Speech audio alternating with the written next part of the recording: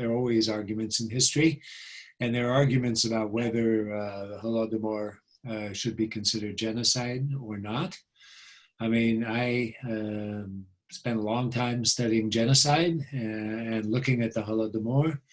And my view is that it is genocide, and there's no reason not to say so. You know, some even very good historians don't like to, you know, even those who recognize how terrible the Holodomor was, don't like to talk about the genocide question because it's so controversial and in some senses political. But I don't think that's the right way to approach the issue. I think most people who work in genocide studies believe the Holodomor is genocide. What does that mean? Well, it means a number of things. First of all, it means that it's a form of mass murder.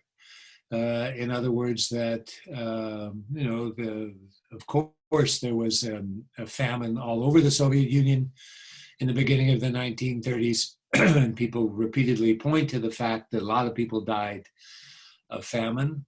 But was it directed particularly at Ukraine? I think all the evidence is that it was. And, you know, there's a number of different indicators of that, you know, including things like, you know, blocking the ability of peasants to find other ways to feed themselves, you know, keeping them in the villages when they were starving, you know, engaging in a second round of, you know, forced requisitioning in the winter of 1932, you know, in November, December 1932, January also, which then really, you know, turned the countryside into a terrible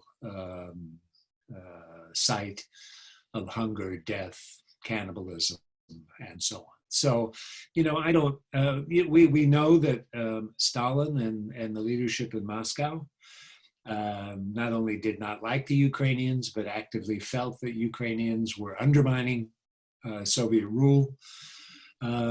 So, you know, I sort of agree with those historians who say this was less about Russians versus Ukrainians than it was about Moscow versus Ukraine.